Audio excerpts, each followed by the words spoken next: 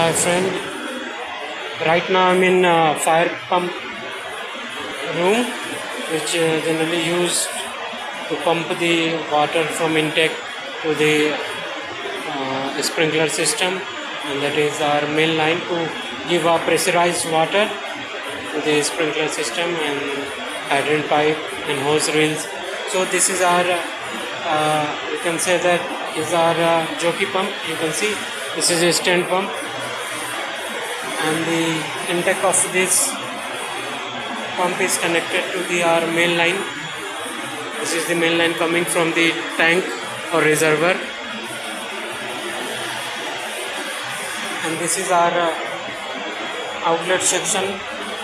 That water is this is the pump, this is the water is coming, normal water is coming, and after pump this pump will pump and it will goes, this will go, this line is containing the pressurized water and it is going to the serving area. You can see these are disconnected here and is going to the main line. So here is our and what is the need of this jockey pump is to maintain the pressure in the water main line in the sprinkler firefighting system, so that whenever there will be any slightly drop occur in the this firefighting pump, then it will automatically start and compensate the that water drop, that pressure drop in the main you can say that firefighting system. So this is the jockey pump panel, and the cut-in pressure is 165 and cut-off is 175. So whenever the cut-in pressure will goes to the below 165, then pump will start, will sense, and it will start start and maintain the pressure. Now it is 177, so it is just balancing the pressure in the this firefighting system, and this is our 175 is cut off. Whenever it will go above 175, now it is above, then pump will be automatically stop. Now I'm going to show you the electrical fire pump. This is our electrical fire pump. You can see from here.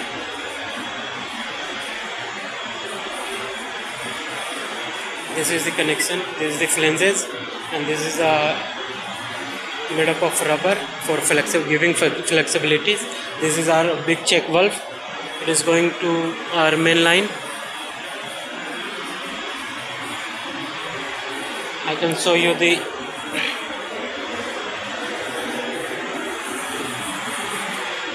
this is the intake section of this electrical pump. This is the intake section, and here the water will be pumped, and this section is outlet section of this pump, and this section will contain the pressurized water to the main line firefighting pump. Now this is our electrical fire pump panel, and the cut-in pressure of this is 155, and cut-off we have kept manually. So cut-in pressure is 155. If the pressure will go below 155, it will automatically sense and it will start, and cut-off is manually, because see, whenever a great amount of water is required, if suppose that there is a large fire incident happen and which required much water, and that time, that's why we didn't kept this automatically. We cut off, we have kept it manually, so that more, if there will be any requirement of more water, then it will this pump will maintain that much of, will pump the water that much, so that we can suppress the fire. Now I can show you this is our diesel pump. You can see from here, this is diesel pump, and this is the outlet section of this, and I can show you the inlet section. This is the inlet section. You can see from here, this is the inlet section going to, it is connected to the pump, and now this is our outlet section. The pressurized water will after pumping from here, the pressurized water will go to this and it will go to the main line. In between these we have valves connected here, check valves.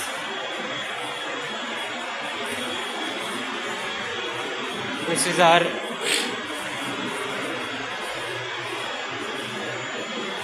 butterfly valve. The work of butterfly valve is to you can say they regulate the flow of water.